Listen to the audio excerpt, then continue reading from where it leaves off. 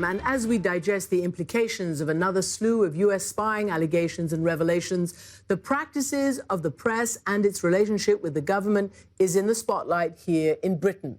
Just down the road from us in the famous Old Bailey criminal courthouse, a trial is now underway of two former newspaper editors from the Rupert Murdoch empire. Rebekah Brooks and Andy Coulson face charges that include conspiring to hack mobile phones at the now-defunct tabloid newspaper, The News of the World. Among the victims, the missing schoolgirl Milly Dowler, who was later found murdered. That scandal sparked the Leveson Inquiry, which examined the culture, the practice and the ethics of the press. And it heard from more than 180 witnesses, including the former Prime Minister Tony Blair.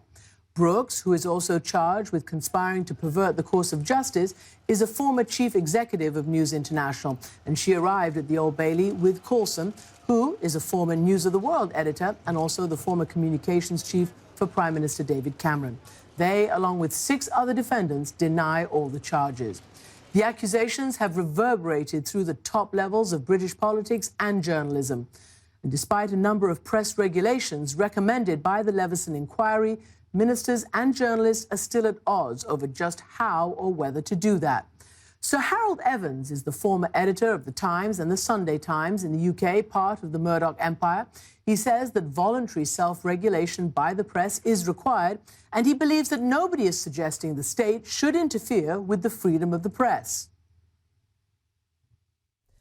Harold Evans, welcome to the programme. Thank you. You know, we are not allowed to talk about the specifics of the trial underway because of British laws regarding trials. But can I ask you, as a former Sunday Times editor, what do you think is the implication of 2 editors on trial, 2 former big-time newspaper editors on trial? What will that mean for the British press? I do think the British system is right to have respect for the individuals on trial. And it's much looser in the United States, but very often get trial by a newspaper in the US, which I don't approve of.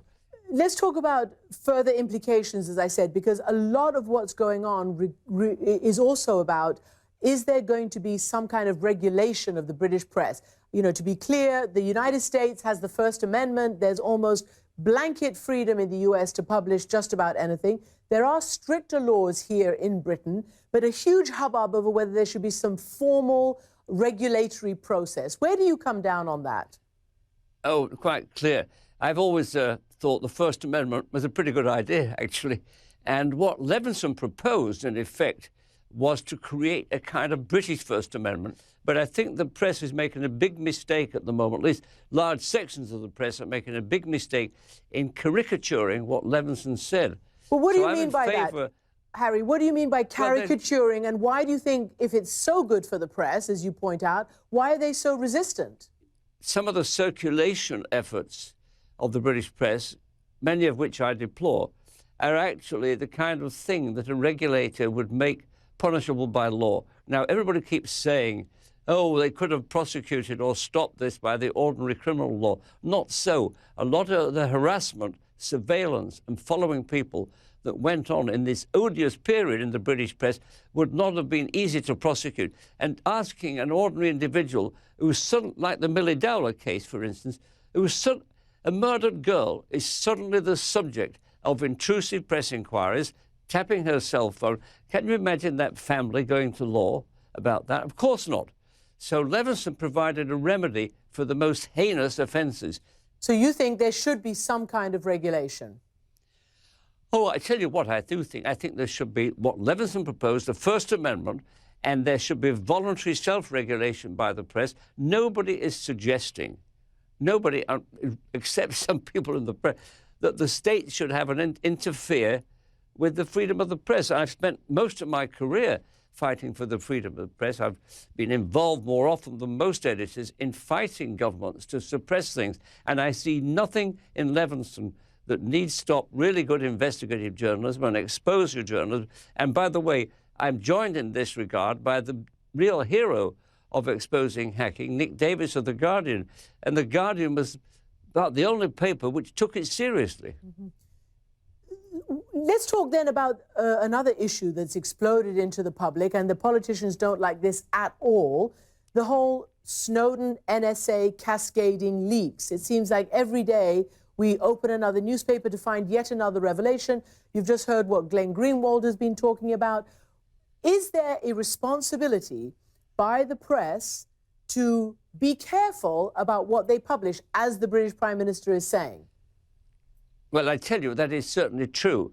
And I don't think Alan Rusbridger is a reckless, careful terrorist, saboteur, anything of the kind. In all the cases I was involved in, where national security was invaded against the Sunday Times, and there are at least about 4 or 5 occasions, Northern Ireland being a particular example, there wasn't any real national security. When we exposed the real evil betrayals of Philby the spy, the betrayals of him were outrageous, but they were covered up. And when we tried to expose the cover-up, we were told that's national security. It wasn't. It was a national embarrassment for the people in power. Having said that, I do not go along with the idea that an editor should publish anything that falls into his hands.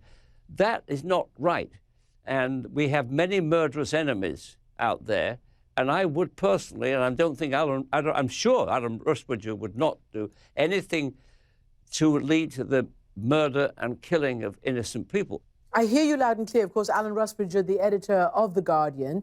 But do you think that the leaks are being just spewed out into the press? Or do you see that there's any kind of culling, any kind of sort of, I don't know, care being taken over what's printed and what's not? I tell you, I think there is in responsible papers, like The Guardian is a responsible paper.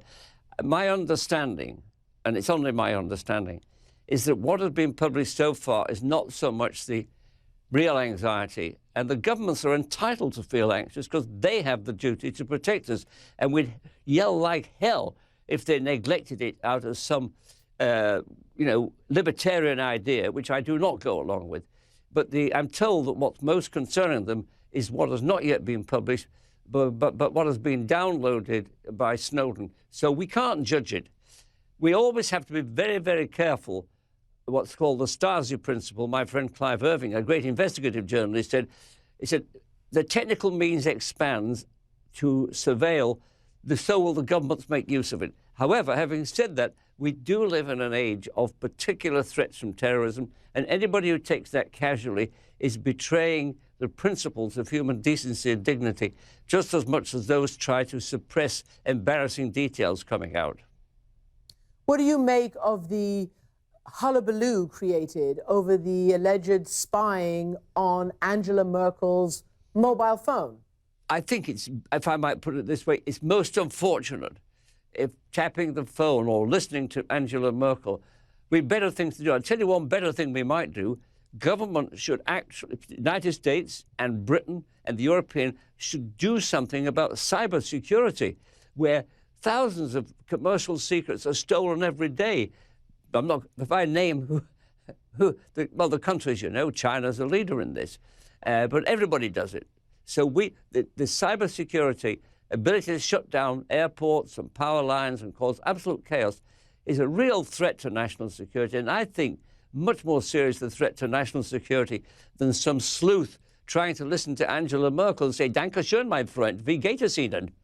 Harry Evans, on that note, thank you for joining me.